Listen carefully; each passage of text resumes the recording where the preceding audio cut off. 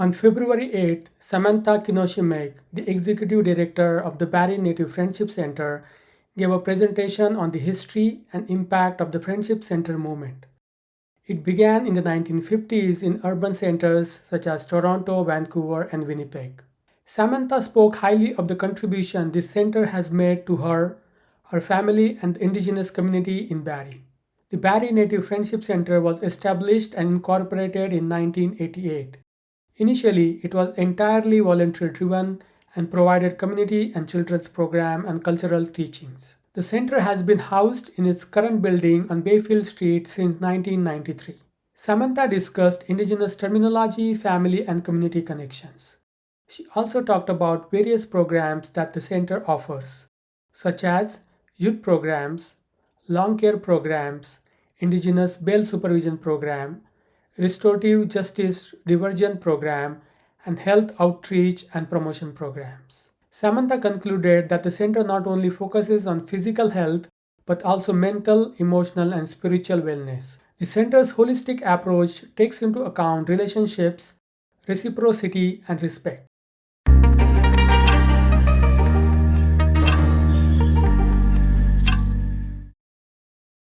We're going to get started. So, Ani, Bojo, Jean Quen Dishnakas, Chike and Dodem, Weekwem Kom Chigi, Dojaba, Barrie Dendau. My name is Samantha Kinoshameg. I live in Barrie, and my Western education is in neuroscience and biology. I also did some time at the Canadian College of Naturopathic Medicine in Toronto. It does feel like that. It's an institution. I was stuck there for 4 years. You know, you have to write tests to get out. A little bit different, but I grew up in Sudbury, and that was my first introduction to the Friendship Centre movement. My first memories are being about 8 years old and desperately wanting to go to a powwow and not having any regalia. We had been to powwows before that my parents helped organize, and I was really excited to go to this one because it was without my parents. It was with my Auntie Martina at the time, and I was going to go to the Odawa powwow.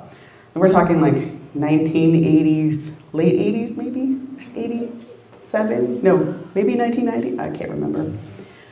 But what was really great about how things operated back in the 80s is there was this huge sense of community and a lot of love and a lot of, there was a lot of craziness too, but there was always this whole idea that we have to learn something. We have to figure out how we're going to reclaim culture. At that time, in the 1980s, there was still a lot of issues. I remember my first powwow being at Cecil Facer, which is a youth, what is it now, a juvenile, oh my God, I'm gonna get the words wrong. It's a detention facility for young people. I know it's changed over the years, but that's one of the first powwows that I went to. They had a social there.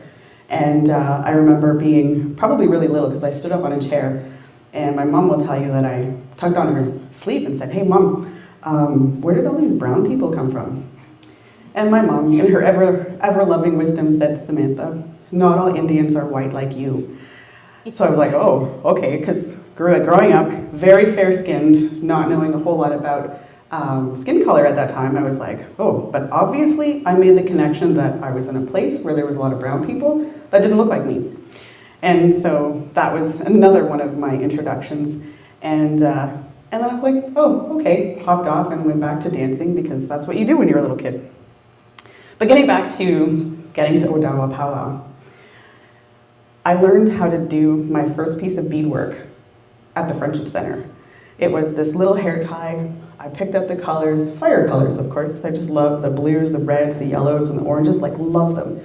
And I was beading with a beading needle on leather, deer at the time, very difficult. I don't know if any of you have ever tried to take a regular needle and put it through deer hide. It's doable, but it is not easy. The other part that I liked about that was the aunties that were there to teach and help us out. And we didn't have, bags of beads with different colors. We had bead soup. You had to go digging through the container of beads to find the colors you wanted. So it took a little bit of extra time, but that's what we knew at the time. So that was exciting. Made my first hair tie. My mom helped me finish it up, And then I made my first tea dress, which is a very plain cotton dress with some ribbons on it. I chose my fabric from the pile they had. I had to choose some ribbons at the time, so I did that. And I was really proud of myself. And then my mom often traveled for a lot of her volunteer work when I was younger. So she went off somewhere, and she wasn't quite back yet before I was going to go to this powwow. So me, thinking I can do anything, pulled out her Janome sewing machine and tried to sew this dress. But not knowing anything about bobbins and how sewing machines worked, I messed up the sewing machine and couldn't get it to sew. Didn't know anything about tension or about knobs and nothing. So, needless to say, I couldn't sew my dress together, but very determined, nothing is gonna stand in my way. I hand sewed my dress. So I'm a little 8-year-old and I sewed the whole thing together. And then, I was determined, I'm going to a powwow. So I think about, how great my family was and how great my Friendship Center family was, in that this was available to me at that time. And those are the things that I have always wanted to work towards creating and supporting other community members, wherever community I'm living in, to actually do. Because we don't have that opportunity all the time. If you're not from a powwow family, if you're not from a family that's been well connected for many years, where do you start? The Friendship Center, of course. I mean, I'm biased. Totally gonna let you know that I'm biased. I love the Friendship Center. I love the movement. I love what it's done for myself growing up, and I love what it's able to do for my family. And that's why I think it's pretty great. So let's go to the first slide. Oh yeah, my mom came home late at night. She fixed her sewing machine, and then I redid my dress so that I wouldn't fall apart on me. And then off to Ottawa I went. So I've got 2 pictures up here right now. And it talks about journeys, and we don't really know where someone is coming from or where they've been. And in some Anishinaabe culture, I'm Anishinaabe, I'm Ojibwe, I will speak from that perspective, and I will talk about that. But that doesn't mean that I don't know about other nations or tribes, but I'm Ojibwe. I learned Ojibwe stuff, so I'm going to talk about Ojibwe stuff. But these are 2 pictures. I'm going to call one the red road and the other one the paved path. And a lot of people always kind of try to understand, well, what is different about being Indigenous? What is different about why do you see the world differently? Why do you talk about having a different worldview? Why do you talk about integration? Why do you talk about relationships with the animals and the plants and the environment? And the truth is, because that's where we lived. We were attached to the land base in which we existed. And you had to know your environment. It wasn't enough to rely on somebody else to tell you where to go. You are on your own individual path. And anything can interfere, support, do that. And somebody might be, I'm going to use the term ahead of you, but that doesn't mean that they're better than you. It means they may have gone through something, you're at the beginning of that thing, and you got to figure this out too. And they might have some advice for you, like there's rain's coming, or there was a storm over there. Water's going to be somewhere. Different things in the environment can change, and only somebody else who's just recently been there has that information. So we talk about that being a part of the red road. There's different versions of it and different understandings of it, but that's one of the ones that I work with, is when we open the doors to the public here, we have no idea who's coming in, and that's one of the beauty of the Friendship Center, is this is a good place to connect. A little bit of, it's a little bit risky walking into a building where you don't know anybody, or you don't know how you're going to be welcomed, if you're going to be welcomed at all. And so there's always this this tenuous relationship that we have with everybody, because one, the staff they work hard at the Friendship Center, but they're also very busy supporting different people, different programs, different families, all of this. And it's how do we balance educating and welcoming people into our center while we're able to support at the same time the people that come to the center for access and support. There's a lot of stuff about balance. And we use this a lot because we talk about in comparison to the paved path, which is very straight, no obstacles, you don't have to worry about anything, there's nothing. But there's also no challenge, there's no adventure, there's not a whole lot of stuff that happens on that path. It's like the horse with the blinders, you're only going to go in one direction. I was just recently on a hike, and at first I really didn't like the uphills because I'm like, those are hard. But then the downhills, I started to feel my age a little bit and my joints, like my knees. I was like, ooh, how do we do this?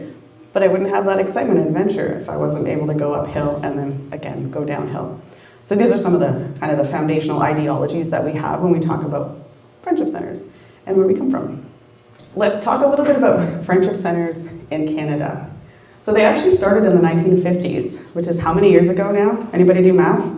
We're at 2023, 73 years ago. So 75 years ago, there was a need in communities for First Nations people. A lot of it had to do with the history of the creation of Canada, the Indian Act, and the migration of Indigenous people, First Nations people, into the cities. So I'm not sure how many of you know, but according to the Indian Act, there was a time period in our history where if you were First Nations and registered to a band, you had to stay on the reserve land from where you lived, where you were born, which means you couldn't leave. And the only way you could leave is if you had a piece of paper and permission from the local Indian agent that said, this person has permission to leave to go sell cows or to go to market or to go to town or to go do all of those things. So there was a restriction in movement at that time. And I have many stories on that from my own family's history. And so it's like, what do you do when, there wasn't good farmland in a lot of communities? There wasn't a lot of industry in any of the communities. There was not a lot of economic anything. 150 years ago, lots of things were changing, and that's for the communities that existed.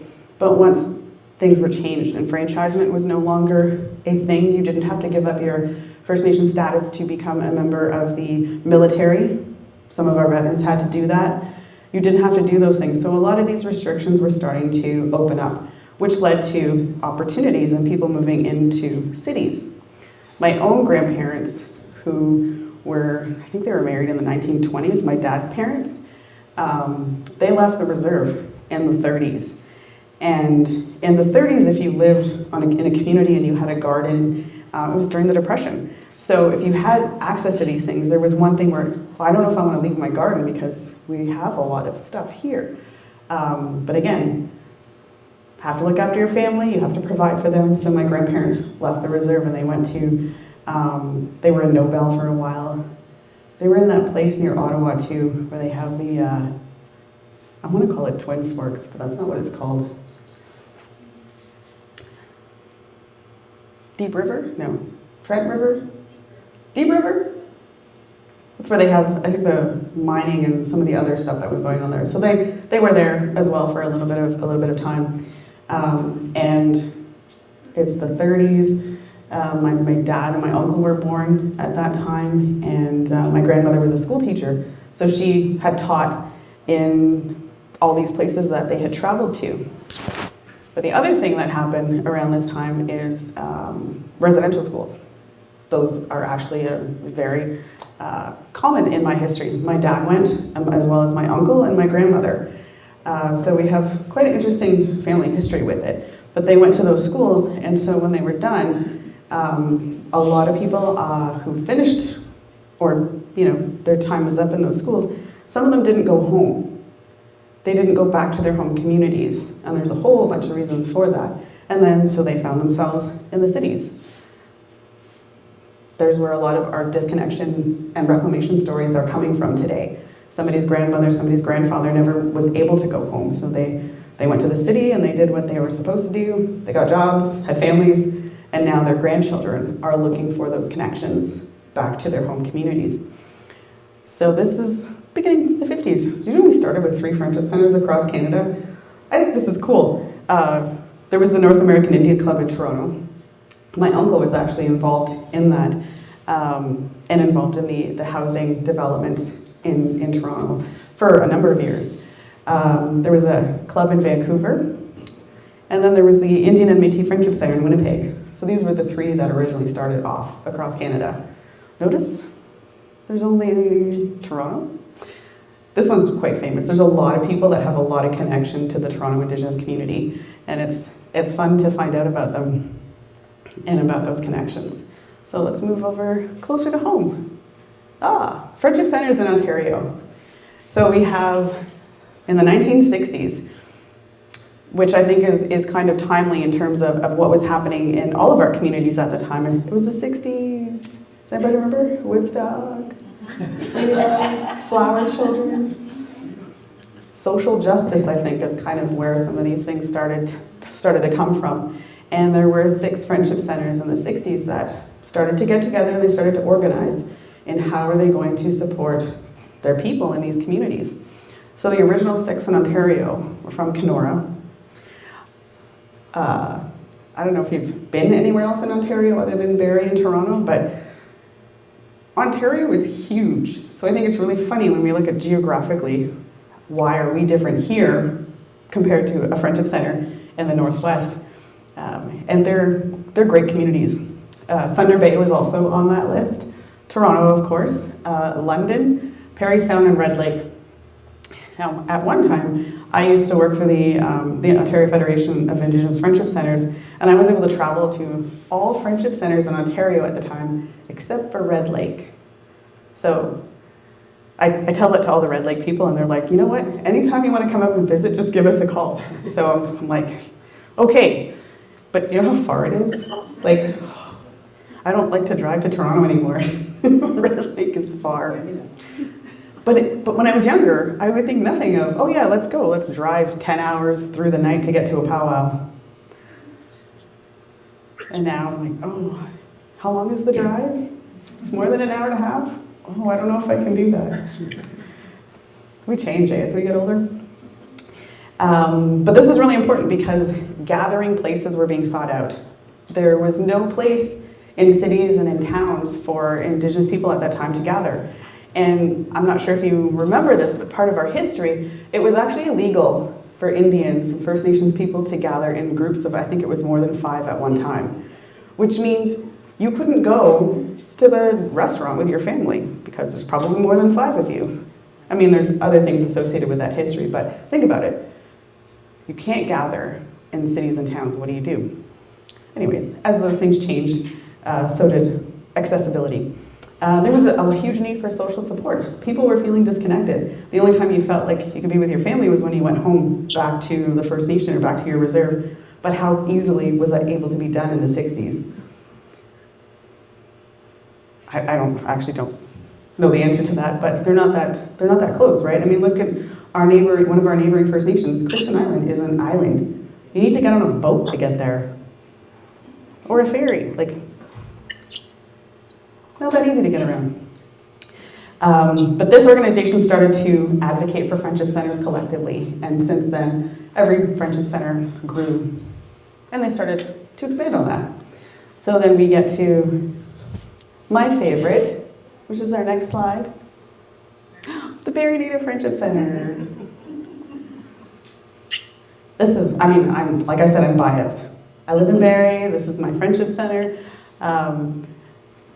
When I first started working here 6.5 years ago, one of the common things that came through is, oh, you work at that place on Bayfield with all those murals? Yes, that's where I work. And then many of the people working in the police service, in some of the social agencies would be like, I've always wanted to come into that center just to look around. So we've had many people come in here since then, including our local politicians, some of our town councillors. Come in, and everybody who comes in here, they come into the front doors, and then when we give them tours, we take them all the way to the back of the building, and they're like, I had no idea how big this place is. And now I'm like, yes, it's big now, but we still need more room because we're growing. It's my little plug for, we need more space. But what I think is really, really great about the Friendship Center movement is a lot of them started in families' basements, their kitchen tables, church basements, any place that they could gather to talk about what are the needs of our community, what do we need to do. And more often than not, it was always about the children. How do we take care of our children so that they feel welcome, they feel like they belong, they feel like they have stuff that they come from. They come from, you know, amazing families and communities, and how do we ensure that? So most of the stuff that was done in the very beginning of Friendship Centers was about the kids. How do we, you know, give them Christmas parties? How do we look after them so that they actually have that feeling and sense of community? So I think it's great. It's like they all have kind of a very similar beginning. And in the beginning, it was all volunteer driven. It was because parents, aunties, uncles, grandparents wanted a better community, a better life for their children and grandchildren. And so when you want that to happen, you often volunteer your time and do stuff like that. When I was growing up, like I said, I grew up in Sudbury. My parents were both on the board of directors there for a number of years, but my dad also happened to be a DJ, which when you grow up and your dad's a DJ, you're kind of cool. But he wasn't that kind of DJ. He just did the dances, you know. I don't know if you know anything about the 80s and the 90s, but it wasn't like it was today. You know, he had the big giant speakers, the big lights, he would do all that stuff. And so he would often actually just bring his equipment out to the Friendship Center. We'd have family dances at least once a month or once every quarter or something like that. And it was a lot of fun because it was just everybody getting together. What I thought was really funny about that when I used to volunteer, one of the jobs was set up the tables and chairs and put out the ashtrays. Two per table. I think it's so funny to think about it. Like, I'm pretty sure there was probably the same thing happening in this building in the early 90s. And it's so funny how things changed, because now everybody's like, you got to get outside. They have those, I don't even know what they call them. The vaping? What are they? Anyways, we have that now too. It's like so much has changed. But we've been here in the Friendship Center since 1993, which, I mean, I think we have some staff that have been born after that date, which, I know. Oh, yeah. Think about it, right? Like 1993, the Friendship Center was here. They started in 87, but it was actually incorporated in 1988, which was really exciting back then. I always bring this up because when I first started working in, I don't know, it's probably like in my early 20s, but I grew up knowing the term Indian, First Nation, Métis, Inuit, Innu, Aboriginal, Native. I think we have a bunch of those up there. All of those things. And you meet some old school Indians and they'll say, I'm an Indian by the Indian Act, and they're going to keep that. And then you have new people today younger people in the newer generations who are like, I'm Indigenous, which is a very different association. So we have all of these terms, and I would get a lot of people saying, wow, like kind of giving me attitude and be like, so then what do I call you? Like, are you Native? Are you Aboriginal? Like, what do you want? And I would always be sarcastic and not the most kind person, but I would be like, my name is Samantha. Like, you can call me Samantha. You don't have to worry about anything else. But I noticed that it has transformed into this thing where people are like, I don't want to be offensive. I don't want to offend you. That whole concept. Just by saying you don't want to offend me, I feel like you're just going to. It's like, you know, here's your pass. So I always talk about this because the word Indigenous. Doreen, question. Yes. How did they come up? I know you're mentioning different things about how they came up with that Indigenous. How long ago was that? Because I know me, it's only been the last, I'd say a couple of years, maybe 3-4 years, something like that, but I remember hearing it. Do you know approximately? I would say that the word started to gain ground about 20 years ago. Really? In different circles, yes. When the ownership, OCAP, what was that? Ownership, control, access, and possession of research material that was done on Indigenous people, First Nations people at that time, they started to say, hold on, wait a minute. And then the umbrella term started to come around. Same time they started to, like in the late 1980s, late 90s, they started to look at the United Nations Declaration on the Rights of Indigenous People. And it was basically a group of people having to choose one word on which everybody was going to agree they're going to start talking from, which throws so many things into confusion for a lot of people.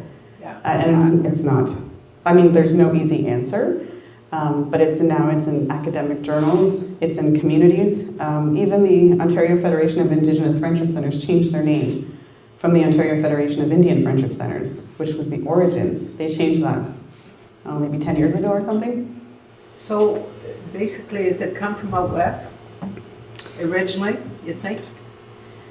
Because I know they were pretty, there's a lot of stuff that came originally from out west to help the community adjust to many, many different things, different centers and that. Mm-hmm. I'm not sure where the actual term term actually came from, but it's just, I mean, it's a huge, broad ranging term that includes like everybody. You know, you can even talk about everybody is Indigenous to some land. Their families all come from someplace. But this is something that's been talked about, and I think it's controversial. I don't think that it's completely accepted. We say the word, I mean, and I use the word Indigenous all the time, but I also talk about the fact that I'm Ojibwe. I come from the Ojibwe Nation. But like I said before, many people have displacement stories and don't know where they come from, so they grasp onto that concept of being Indigenous, which is fine, but it's really important to find out where your roots actually come from, whether they're from Turtle Island or whether they're from Europe or some other country. Like, it's important to know where your family comes from, where your people come from. I find there's a lot of them, of course, they're going to come from Europe when they start to populate Canada. So, you know, some of the roots come from there, but then they intermarried. And that's where a lot of people, I think, got confused, because they say, okay, where am I originally and who do I belong to? And I think a lot of us have taken Métis because we have a variety, as we'll say, of different Indigenous people. Yeah.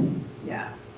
And I know me, I had to really learn how to say that, because, you know, you lose the language, and it's to get back into it. Mm-hmm. Yeah, that's what I find. I know me, this is my second. I like it. Yeah, second home. When I first started, I would often say that, you know, I'd call my significant other at home, or somebody, my mom, she's like, oh, what are you doing? Oh, I'm just getting home. Oh no, wait, I'm at work. It's because I spend so much time here. And that's the thing, right? It's all about relationships. So this umbrella term influences self-identity, reclamation, reconnection, and these are conversations we're not having with everybody, and I think they're conversations that we should be having, and a friendship center is a great place to have them. And it's not because we're trying to exclude people, it's because we're trying to understand each other and have those conversations and make those connections, because you never know, like I said, the red road, you never know who you're going to meet, what information they're going to provide for you, or what information you're going to provide to them that they might need. We don't know these things. And there's lots of these stories that, that you have. And our history of displacement. I could go on and on and on there, but I think we'll move on to another slide. These are interesting components that we have. So I'll talk a little bit more about these when I get into some of the programming that is offered by friendship centers and why they exist in the way that they do. We always consider internal and external environments. So there's always different things. Like internal could be about you as an individual and how you feel, and maybe you can't eat gluten, or maybe you can. Maybe you're lactose intolerant. Many Indigenous people are lactose intolerant. And maybe you can. And how you feel inside talks a little bit about your mind, your physical body, your spirit, your emotional well-being, all of those things. I don't want to say we naturally factor those in, but we understand that there's always more going on than how you present yourself. Because, again, unless you tell us what's going on, we're not going to know. So we assume that there is something going on. And you never know what that is. The other part is the external environments that we're often in. Our kids go to schools We go access medical care at a clinic or at the hospital, and you can have all kinds of experiences there. And one of the things that people keep coming back to the Friendship Centre for is, one, I wasn't treated very well, how can we do something about it? Or, you know, my kid's teacher is doing this or not doing this and they're not respecting these things. And it's difficult because we want to, well, I want to help educate people, but I also am trying to be protective of my community, and I don't think that outside agencies and places from other agencies, other people should be coming at them, expecting them to know everything. We just talked about a history of displacement. How can we reconcile that with our own community? You know, we're still working on healing aspects from a lot of this history. So how do we do that? And so these are the things that we look at when people come into our doors. The individual, the family, you know, are you with your family? Are you separated from your family? Are there reasons for that? Those are all kinds of things that and I think that's one of the reasons why a lot of people will say, well, I don't feel like I'm really judged, or it's a non-judgmental space. It's not because we're not judging you, it's because we actually have respect for you as an individual and a family, and we want to inherently make things better for everybody who walks through our doors. And therefore we talked about healing individuals, also heals communities and heals families, and we all have to do that work. It's not just the responsibility of a worker or of the board or of anybody like that. And so we continue to broaden that out, and then we talk about the nations that we come from and how that helps to do things on a broader scale. A lot of people assume that the board is a group of people who make decisions, and they're this group of people somewhere else that influence what goes on in the Friendship Centre. And I'm like, yes, on one hand it's true. They do have the responsibility to look after the vision, the governance stuff, make sure the charitable return gets done, make sure all of those things get done, make sure, what's the CRA people? CRA for the remittances, make sure the government gets their money. We have all of these things, and that's the oversight of the board. But what I really like about how Friendship Centre started in many of the bylaws in the very beginning, which is that dry document that describes, in detail how a board will behave, how board members will behave, what your legal obligations are, all of those things. And very important, don't get me wrong. But what I really like about that is the way Friendship Centre started, it was all about the membership. So you have to pay $5, $20 to be a member of the Friendship Centre. Once you're a member of the Friendship Centre, you have voting rights, which means you can vote in your next board of directors, and you can talk to the board, and you can do all kinds of other stuff. Most people don't take advantage of that, but these are some of the things that can be done. But I think the most important part of Friendship Centres is our membership comes from our community. So I think we have, in our current bylaw, it says that we actually have a limitation of who can be voting members. You have to be Indigenous living in the city of Barrie and over the age of 18 to be a voting member of the Friendship Centre, so that our board comes from the community, so that it's not somebody in Kingston or Ottawa saying, oh, I sit on the board over here and I'm going to make decisions for you over there. And I mean, that's a huge, not just geographical distance, but community distance. And so we have these kinds of things, and I think that's the most exciting part about how Friendship Centre started. Volunteers in the community became members, created the first bylaw, went through that whole process of becoming registered, becoming a nonprofit organization, and then eventually becoming a charity, which is what BNFC did. And it's really difficult to get people engaged to want to sit on the board, because a lot of the work is really, really dry. It's, approving the financials, asking the questions about, why are you spending so much money on this? Well, our utilities went up because everything went up after COVID. So it's like, we have to do this. How do we manage that and do those sort of things? But it's like the work that gets done. Also, because all of the board members come from the community, they have more insight into what goes on with the community, which means if there is a need or if there is something pressing that is happening in our community, the board members know about it and they can say, are we able to respond? Is there anything that we can do about this? And we get together and we chat about it. I think a few years ago at our AGM, I like research, so I like to collect information, data, statistics. Not a lot of people do, but I do. And because of that, I was able to help determine where some of our gaps were. So one thing is listening to individuals say, I have this issue, or just observing something happening with one person or one family. But I pay attention to how many times did I hear that? Where are we seeing those things? And a number of years ago, food security came up. Opiate addiction came up, and housing came up. And those are not, they're not little things. Like, how do we get more people to eat better? Or how can we provide access to food? And so being in a friendship center, because our board comes from the community, they have their kind of like, they got their pulse on the ground. We hear what's going on. So they can say, this is a need. And this is how friendship centers were created. Based on the need that we saw in our communities, we were able to do something about it. So friendship centers still have that capacity, which is really fantastic. Not that I'm saying become a member, join the board, but these are actually really important aspects of things that happen. And, we feed you dinner, usually. So we have a board of directors, we have some bylaws, and we're bound by not-for-profit legislation because we are a charity. So it's lots of stuff like that. I don't mind reading stuff like that, but when it comes to implementing and understanding it and telling people about it, oh my God, there's a lot. Let's get to our family connections. This is one of my favorite things to talk about. I base it on my understanding of the Anishinaabe Family and Community Connections Wheel because it's very simple to look at, and it seems like it kind of makes a lot of sense.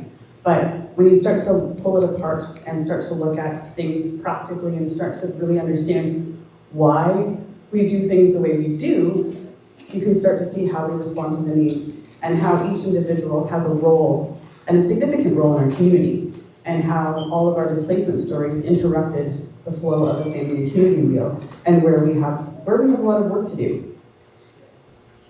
So just so you know, in the northern section of this one we're looking at, we have elders and babies on one side. So I'm not sure how many of you know a lot about some of the medicine wheels that are around there, but in the north is often, there's usually the white collar in the north, and the gift of that is movement.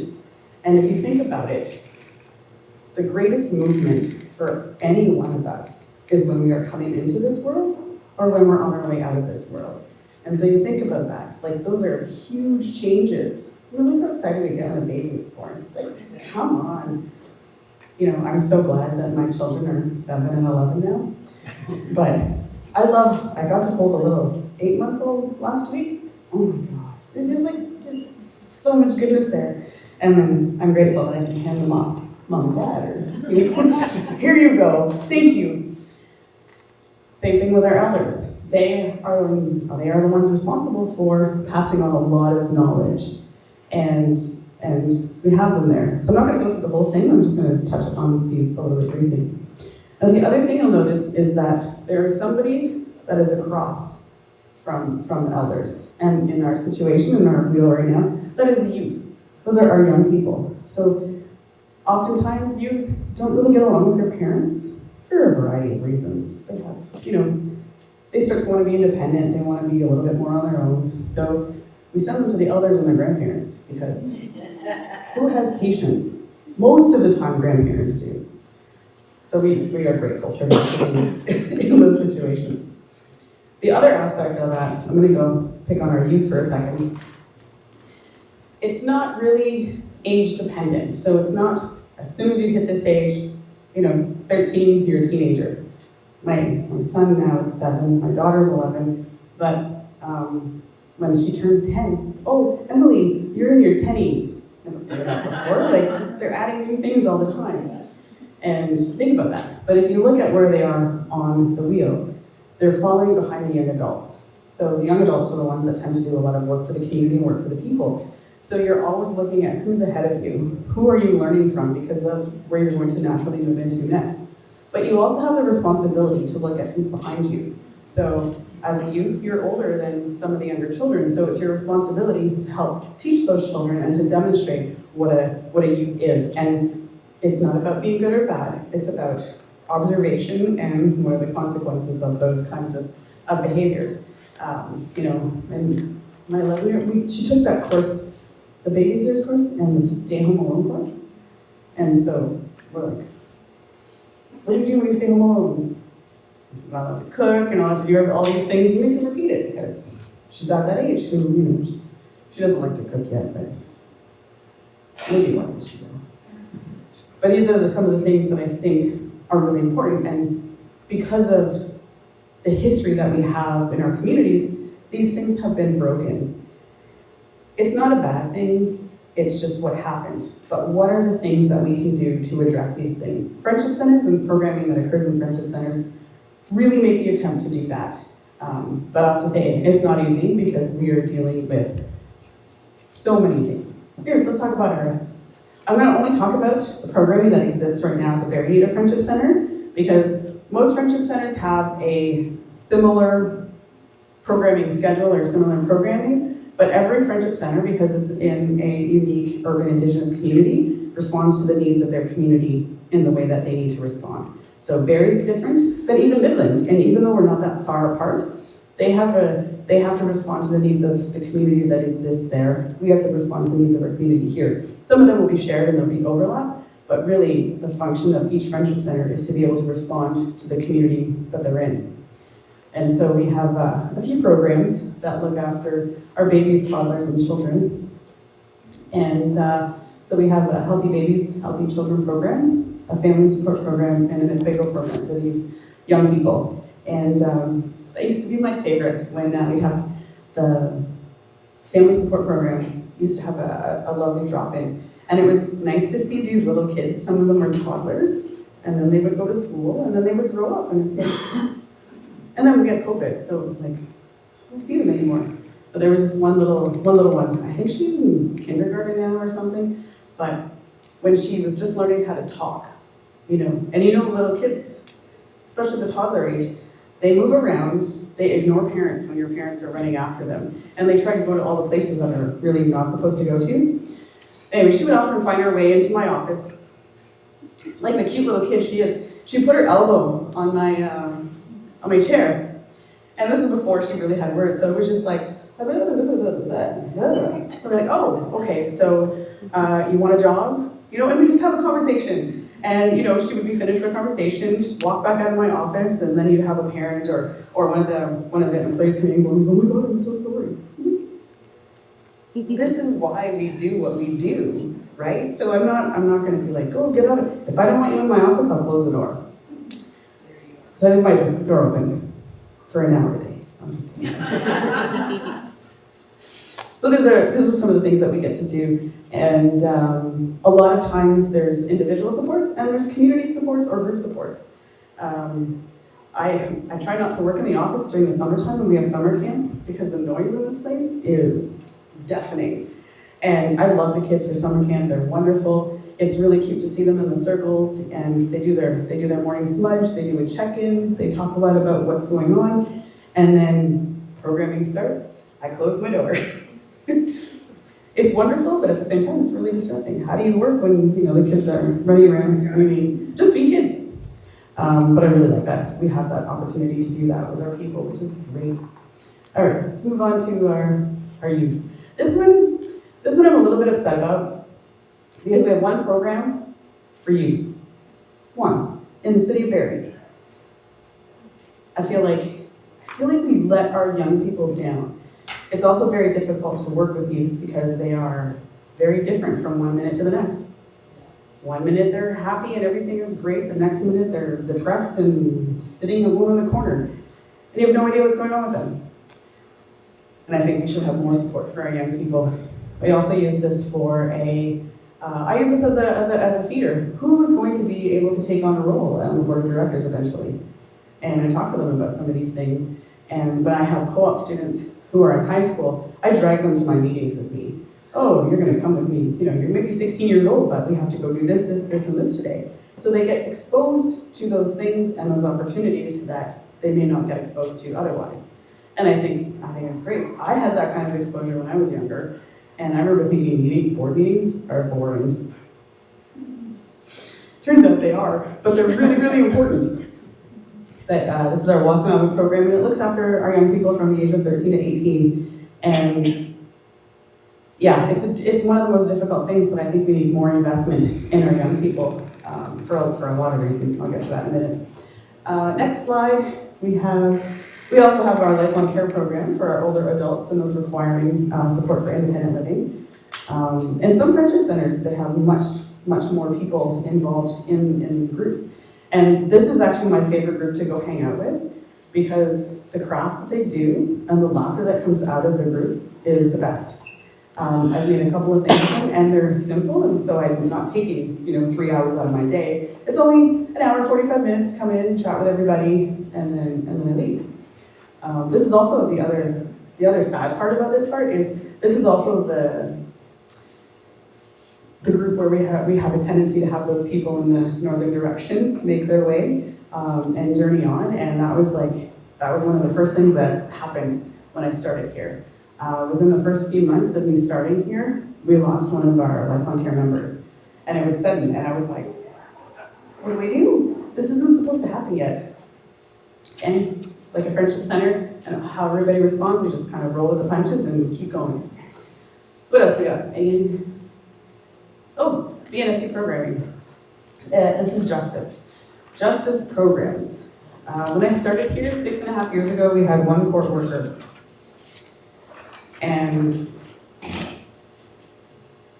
that was difficult because she covered court in Midland, Barrie, and Aurelia, and sometimes Bradford and sometimes Collingwood. And so we were like, oh, there's a gap here. There's something we need to do to address this. So we started looking for external sources of funding to support our community here. And we've since grown. So we have a criminal court worker. We have a combined criminal and family court work, which we didn't have before. And there's a lot of people that are involved in family court that need support and just help even understanding and navigating the whole process. I couldn't tell you how to do it. That's why we have a court worker. We have an Indigenous bail supervision program. So I think a number of years ago, it was actually the Ontario government and some other government thing, they said, oh, a lot of people are getting stuck in jail and they're not getting out. So what do we do about it? Oh, let's let them out on bail. So we've got a bail program. And our bail program operates all over Simcoe County, which is huge. But it's fantastic. And it's what I like about working in a friendship center is there's a lot of crossover, but not necessarily responsibility for that crossover. So we will have some people call on the front desk and they're looking for one of their bail supervisors or something. And before we learned how to transfer to their cell phones, we had to be like, okay, hold on, I'm gonna see if I can get them to call you back. A lot of our people who are out on bail and having issues with the court systems don't have a cell phone. They don't have access to technology. So we have to adapt and adjust everything that we do. We have a restorative justice diversion program, which is for people who get charged and for whatever reason, a lot of the crimes and the charges that we deal with have a lot to do with poverty and lack of access to a lot of things. So we often will have people going through diversion to be able to address some of those things, which is really, really helpful. We have a mental health peer coordinator program. Oh, there are peer coordinators in the house. And this program is another, it serves, all of the programs that we have actually serve a really important need that we have in our community. And sometimes it goes well, sometimes you're like, how are we gonna do this? We only have one person. And part-time right now. Honestly, I don't know how they do it. We have a specialized program that addresses human trafficking in Barrie. Our justice manager started working on this project a number of years ago. And the way that we have done all of the work that we do is always meeting our service users, people who need access, where they're at. So it's not about us telling them, this is what you need to do in order to access services with us. It's, okay, who are are you? Where did you come from? What do you need? Let's see if we can help you. If we can't help you, we will find somebody else that can, or we will find another agency that can come in and step in. And that's part of the networking that actually has happened with our Justice Department. And so we're actually able to do a whole lot more for a lot of our people who are navigating the criminal court system. I like that word. We have a new program, the Indigenous Victim Support Program, and I don't actually remember too much about it because this is a brand new program that is just going to be starting in the near future, but it has a lot to do with victim support. So sometimes people who are victims of crimes, there's some funding available to support them through a whole bunch of different things, so we have that, but a lot of times there's this navigation piece that gets missed in terms of who's offering what services and trying to figure out what we can do about that. Now we have this program. Yay. Like I said, I've grown my space. Like, we just keep growing. All right, who do we got next? Our wellness programs. So glad lunch is coming. So our wellness programs, we have Healing and Wellness, Health Outreach, Kinoshameg, and the Wisnada Let's Eat program. And so the Healing and Wellness, Health Outreach, those are fairly old programs now. No, not old. They've been around for a while. But back in the 1980s, there was a response to a couple of documents that were written, and one was the creation of the Aboriginal Healing and Wellness Strategy that was supposed to address ending family violence in our communities back in the 80s. There's been many changes since then, and these are a couple of the programs that were started from that. And one was to look at family wellness and well-being and how can we support them. Our Healing and Wellness program actually does a lot of work and outreach with our homelessness people. So people experiencing homelessness will often access the Healing and Wellness program because it's one of the programs that has a large flexibility. And how are we addressing ending family violence? Well, we're trying to get at some of the root causes or root issues. Health outreach was originally started when the community health access centers through the Aboriginal Healing and Wellness Strategy started. And there was a few in the province and there was only so many that we didn't have an access care center. So we got a health outreach worker. And they were supposed to be helping people access primary health care and anything to do with the healthcare system. But now we have Mamaway in Barrie, so we have that access, but there's still a lot of things that our people need support with. And advocacy and patient advocacy is one of them. So that's what we get to do through that program. Our Kinoshameg program is the program that supports men and boys in our community who are working to address family violence. So it's basically men supporting men to stop and help end family violence, which is a great program. And they're really great. We've worked so well with our justice team and with our local question. Is it 18 and up? It's registered for 18 and up, but we do specialized stuff for younger people because often we might have a diversion for a young person that might need support. So we can flex some of the things, but not all of them. But as I was gonna say, this is I love this program. And the guys that come in, they help out. They help out when we have events. It's really great. But I think one of the important parts of this is it's a 12-week program, or they run a 12-week program, and through that program, we have charges dropped, charges reduced, all of these things so that they don't have charges following them or criminal records, which I'm not sure how many of you know this, but if you have a criminal record, it can interfere with your ability to get a job, volunteer, all of these kinds of other things. So we work really hard to help some of our people not have that. What we do, and because we have a 12-week program, oftentimes if the guys will complete that program, their charges get dropped or then they get diverted. So it's like something that's really, really fantastic for us. And we love that. Wisada Let's Eat program is a newer program, and it is actually designed to address diabetes and food security, food safety, nutrition in our communities. which is really, really great. It's difficult to provide healthy, nutritious food to large groups of people. Some of our kids don't want to eat good food. Some people do. So we want to make sure that they get exposed to all kinds of great food here. Look at your lunch today. That looks delicious. All right, let's flip through these next couple of slides. We also have an education, employment, and training program that supports Indigenous people who are experiencing barriers to education or employment or training. For those folks who are underemployed or unemployed, we have supports put in place for them. We often hire our receptionists through this program so that we have somebody who can, usually if they are transitioning from something, we've had so many people at the front desk, and we also use this as a training flow so that when you're at the front desk, you get to learn everything that happens at a friendship center, and you get to learn the people that come in so that if you have a different educational background or a different interest in actually working in a friendship center, this is a great way to get your start because we often have people that will move into programming positions, which we love too. And we have a much larger administration team. So when I first started here 6.5 years ago, it was me and a finance person and a reception and 10 staff, so 13 in total at that time. And 11 programs or 10 programs? 10 programs.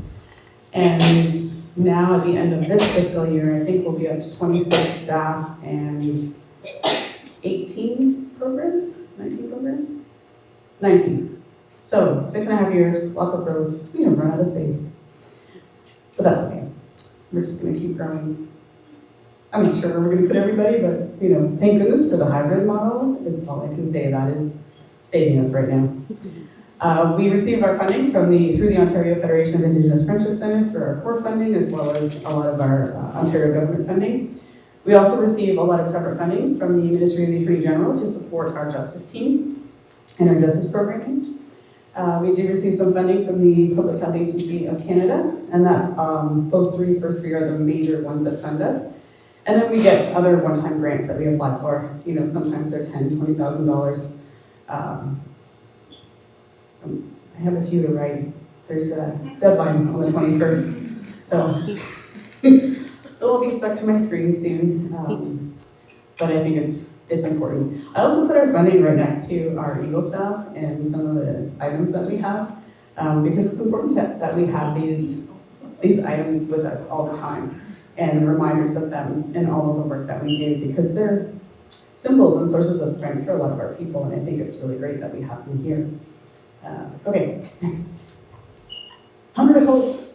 So this is another thing I like about friendship centers. There was a need, and I think it's now 4 years ago, maybe 5 years ago, our former APAT worker, Kim, had worked with a group of youth over the summer, and they were like, what do we do? And they wanted to start a food bank. And now, my first response was, no, we already have a food bank. But then we started talking about our people here in the city want access to traditional foods. How do we do that? Well, it's not like it's easy for everybody who can hunt to go out and hunt and get food, or even get some of the stuff that would be grown. So we started looking at some of that, and that was the original intention of Hunger to Hope. It morphed into a food bank based on need and in our relationships with our community partners to provide that for our people. So we have a food cupboard that's mainly accessed by our local Indigenous community, but we don't turn anybody away. So that's another thing that is probably not as well known about the friendship centers is we do try to help everybody who comes through our doors. We're not able to all the time, but that is one of the things that we try to do. This one isn't funded, so we don't have, this program is not funded, so it is based on donations that we get from the community, and we try to figure out that. And so we've had several food drives in the last couple of years, filled up our shelves, been able to give out. I don't even think we've recorded how much we've received to know what we've brought in and what we've given out. Do you think I would have done that? But it's like we fill up the shelves and the shelves get emptied, which is great. But it's one of those things that has started by former staff and some of our young people. They actually went door to door collecting food for the first time. when they started this. But now we work with some of the public schools. There's a lovely little group at one of these schools. They have a social justice group, and they raise money and they give us food. They're so lovely, these little kids that are just wanting to change the world. You'll love it. So there's a lot of national campaigns that exist in Canada. And we will often get people calling up and saying, what are you doing for this? And it's like, oh, I appreciate the national campaigns, and they're really, really important. But sometimes the needs of our community, it's like, how do we balance being a part of the national campaigns and looking after the needs of our community members? So we do some stuff, and we don't do other stuff. But the Missing and Murdered Indigenous Women and Girls from 2011 has been updated to include all relatives, is a significant component. I speak with in December, I usually go with the Barrie Native Children's Shelter to talk about, we talk about MMIW and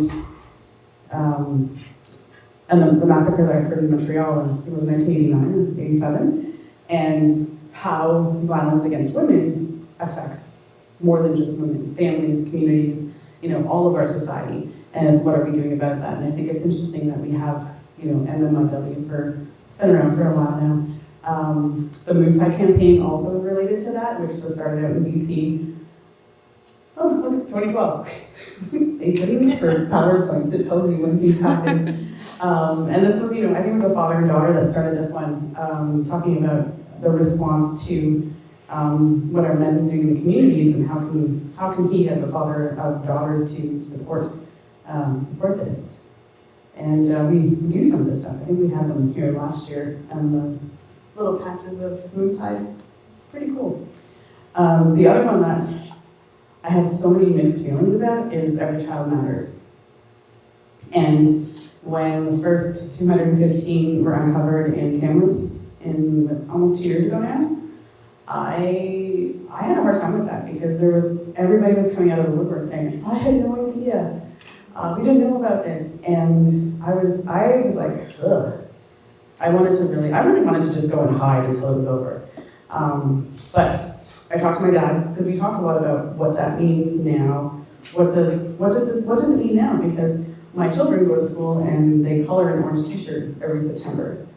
And I asked them about it, well, what does this mean? Oh, well, Every Child Matters. Why? Asking them questions, what are you learning in school? And not that I'm not happy about what they're learning, but there's so much more to it, and there's so much more things I think that we can be doing related to the Every Child Matters concept and campaign. I always talk about, it's not about every Indigenous child matters. It's not about all of the people who never made it home from residential school. It's what are we doing now for our families and communities and our children? What are we doing? Because every child does matter, and how do we make sure that kind of spreads throughout all of our communities? And it's not just about Indigenous children, it's about all of our families, and how do we do that? So it's one thing that I've struggled with, and I think over the last 2 years we have been working to kind of do something that is, like, I don't want to have to bring up people who experience residential school to have them tell their story over and over again. Because I think that's really exploitive, and I do not want to do that. But if there are people who are willing to share their stories and willing to share their family's history, then I want to be able to support them to do that. And so this last year, we on September 30th, we had basically like a living library.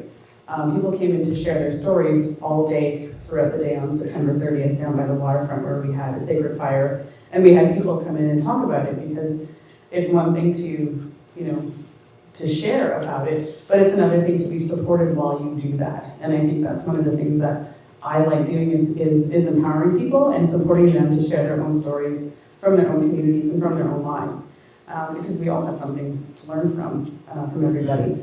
And so it's interesting how it's changing over time, and how my goal is to be a part of the national campaigns, but also make it relevant to the community that we have here, and what are we doing about it here, not somewhere else. So we receive a lot of donations through that campaign, and we use it to bring in speakers. We use it to bring in people to sometimes do our lunch and learns, share their stories, and work with some of our other partners to do that, which is really, really exciting. I feel like that was a commercial. This actually brings me to the close of this presentation. I like to finish off with this because I think this has a lot to do with how we do things, how we want to do things, and how we want to continue improving things for everybody that we work with and live with and share community space with. And that's relationship, reciprocity, and respect. We talk about relationships. I like the idea of finding mutually beneficial outcomes. I'm starting to always say, when we are able to make things better for our community members in the Indigenous community, we are inevitably going to make things better for everybody. So if we can improve the healthcare system for some of our most vulnerable people, that will make it better for other people who have to access it. And so I do a lot of this because I think we have one of the maybe it's easiest to understand. You know, we talk about holism, we talk about being important, we talk about roles and responsibilities, and how we participate and share that, and I think that's one of the things that helps us grow and helps keep our community strong. The reciprocity, sharing and taking care of each other. I like to say, I may not be able to take care of you directly, but maybe we know people that can help take care of each other. And it's not that they're always a direct relationship where, you know, I scratch your back, you scratch my back. It's more like, let's do this over here and somebody else might benefit and I'll benefit somehow later on down the road. Maybe, or maybe it'll be this way. And it's not a linear thing, it's not that transactional, right? It's reciprocity, it's I'm gonna help you out, you might help somebody else out. And that's what our goal is. And then respect, because it is relationship based, we consider the other person, we consider what is on the other space opposite to us. So we actually consider the land that we live on. We consider the plants and the animals. And all of those things in all of the work that we do. And it's not always apparent, but it's one of those things that, because it underlines these things, we who do the work tend not to think about it. So when people ask us about, well, what do you mean by holistic? It's like, oh, what do I mean by holistic? These are some of the things we talk about when we do holistic, the relationship, the reciprocity, and the respect. This brings me to our last slide. We're on social media. So I want to say thank you, amigos, and I hope you learned something. Thank you. That was the update from Barrie's Indigenous community. Keep watching for Indigenous and other news. Thank you.